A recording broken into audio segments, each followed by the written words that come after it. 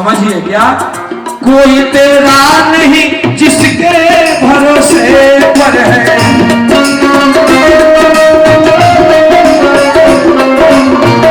कोई तेरा नहीं जिसके भरोसे पर है।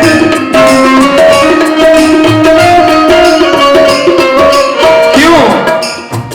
जिंदगी एक किराए का तेरा घर है,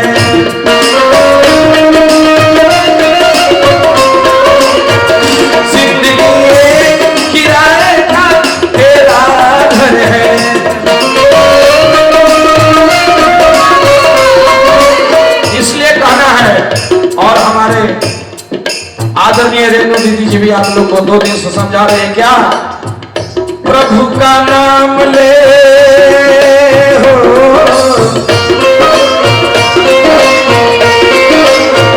प्रभु का नाम ले तू भव से तर जाने को, प्रभु का नाम ले तू भव से तर जाने को। थाली बजाते हो क्या, जिंदगी तुझको मिली है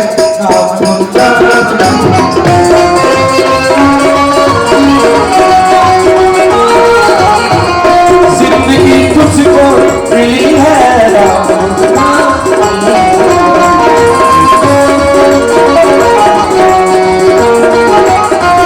संग ले जाएगा ना दौलत और खजाने को,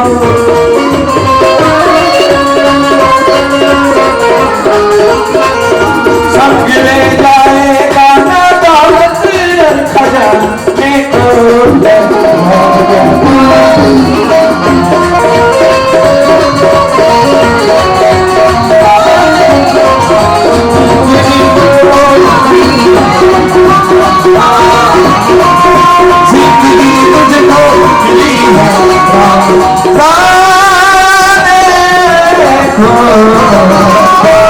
बोलिए राजा रामचंद्र भगवान की जय। चलिए आरती की थाल सजाएं, दीपक जलाएं, सभी भक्त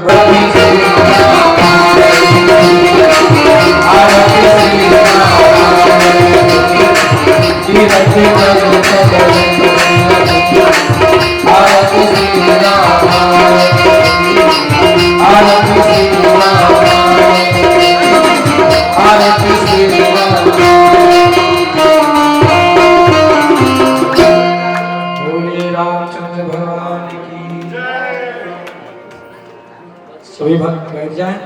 करता हूँ या करती हूँ जो भी हो, आगे है पूजा करने लोग जाता है, मताए का ज्यादा नवरात्र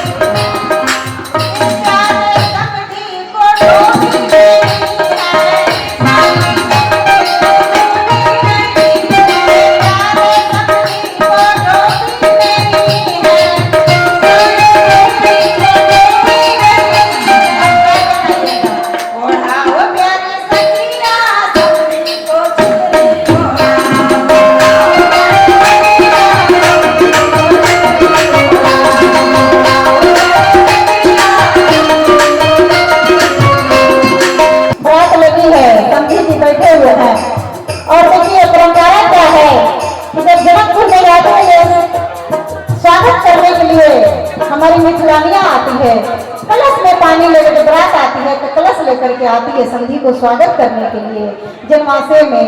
और समधी जी क्या करते हैं, कलश खाली नहीं जाती है, उस में छाव होती है हमारे मिथिलानियाँ का।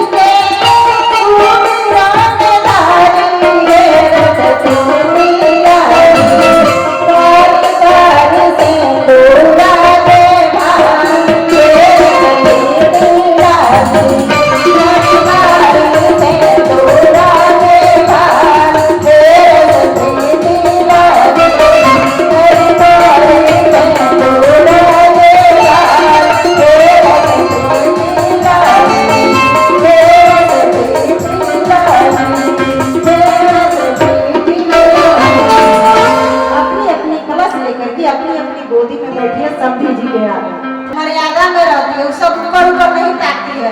अयोध्या में क्या है कि देखते रहते हैं कि कौन है कि हमको पसंद करे कि हम यहाँ से लेके जाए, लेकिन हमारी मिथिलानियाँ में ये सौभाग्य नहीं है हमारे जनकपुर के। इसलिए देखिए हमारी मिथिलानियाँ कितनी अच्छी है। और दशरथ जी क्या सभी लोग देख रहे हैं कि कौन टिप रहा है कि हम लेके भागे, लेकिन एक फेरा में मत रहिएगा, कोई जाने वाली नहीं है आपके साथ।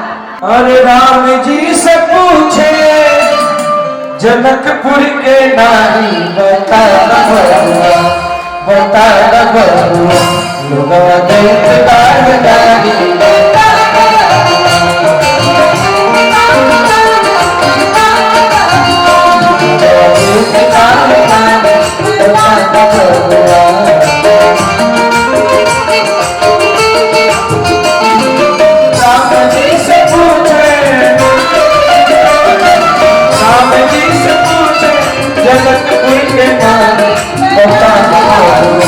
लोग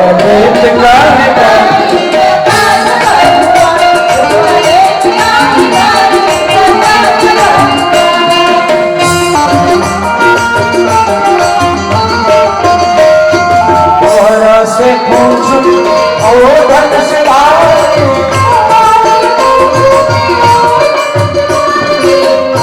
से पूछो मैं ओ धन सिधारी, एक भाई बोलता है, एक भाई बोलता है, एक कहानी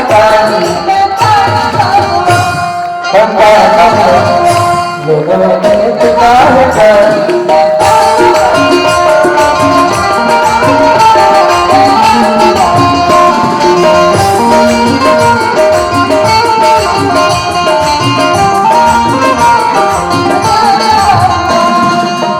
बूढ़ा बाबा के पकल पकल दाढ़ी,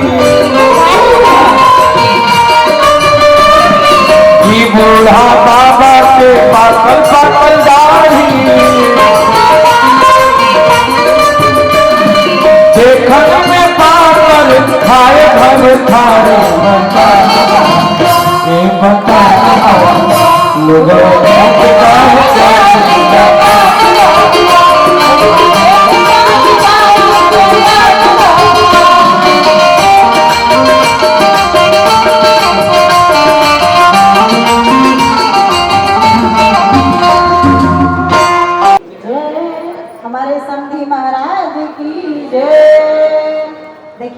ऐसा समधी महाराज के जो घोष लगाइए कि मिथिला में लगे कि हाँ अयोध्या से बारात आया है।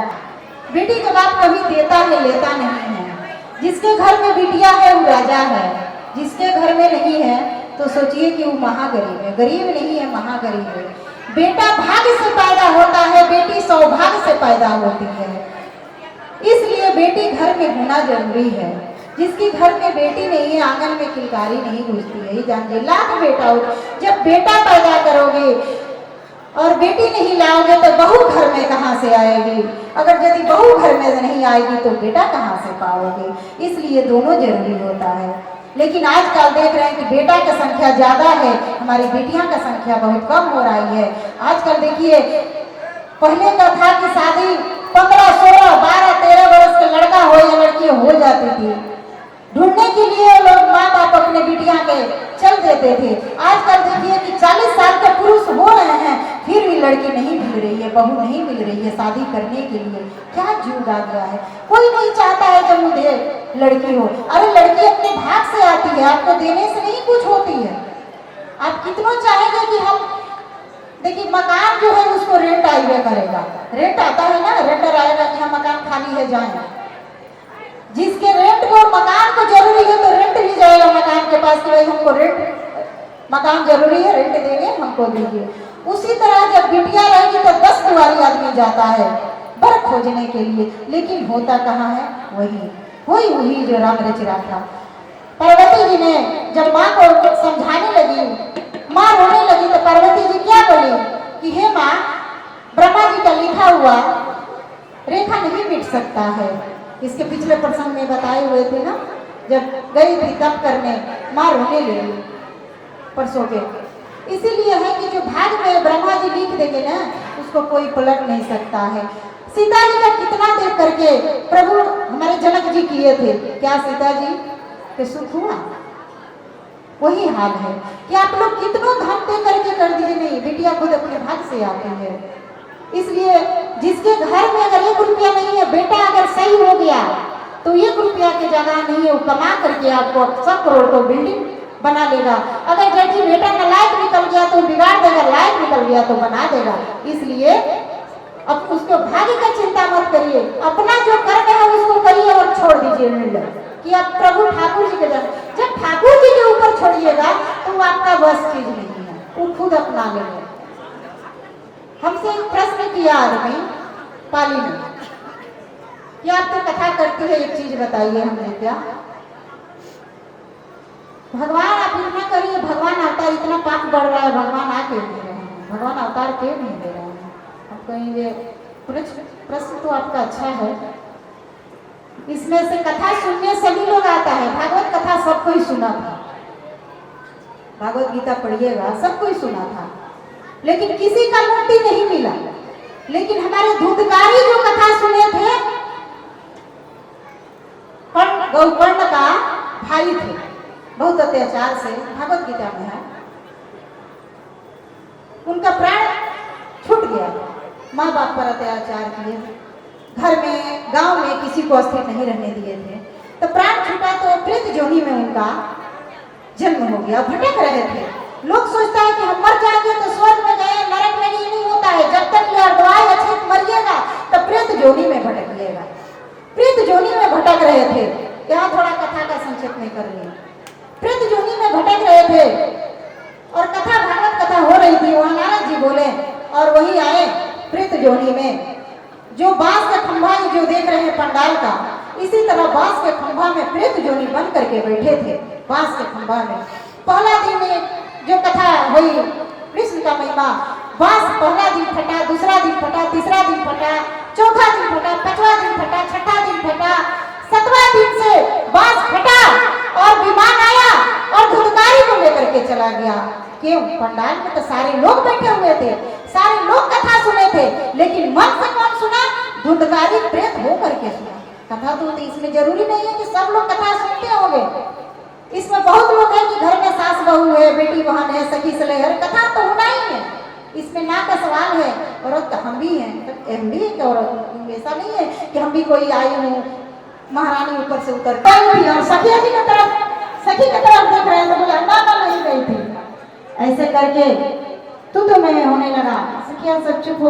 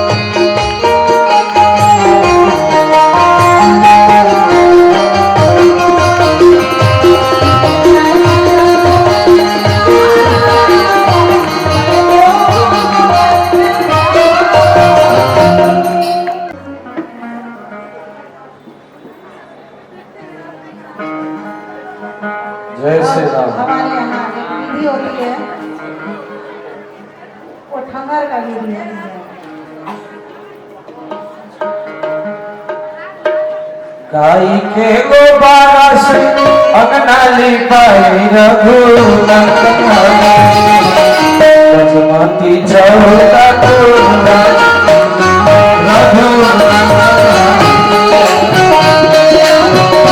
आई सुनाओ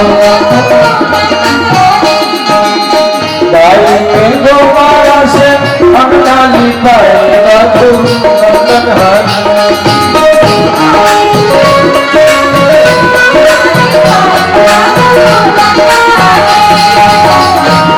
मत चौड़ा पूराई सुनाओ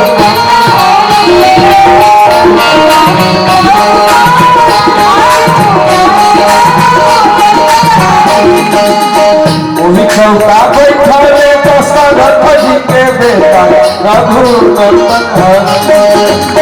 वही चौका बैठले दशरथ जी के बेटा पतिया से राजूरी भाई सुना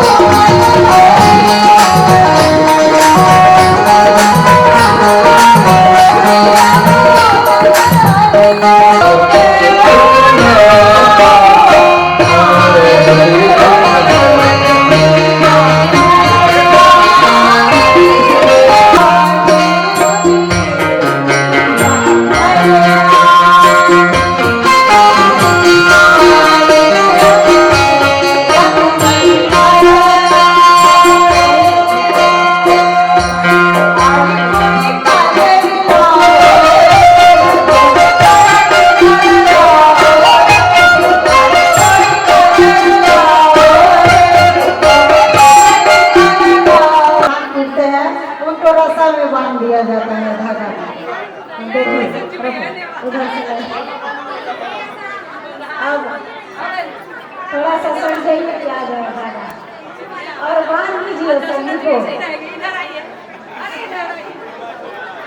इसी में सभी को बांधिए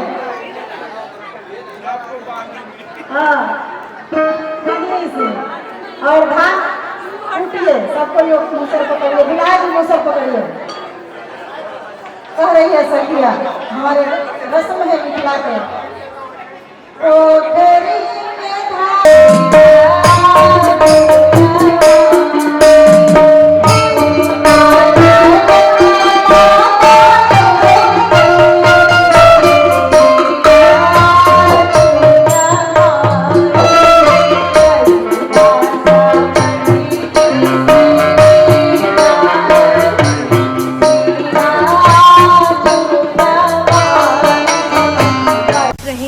ज्ञानसागर टाइम्स.com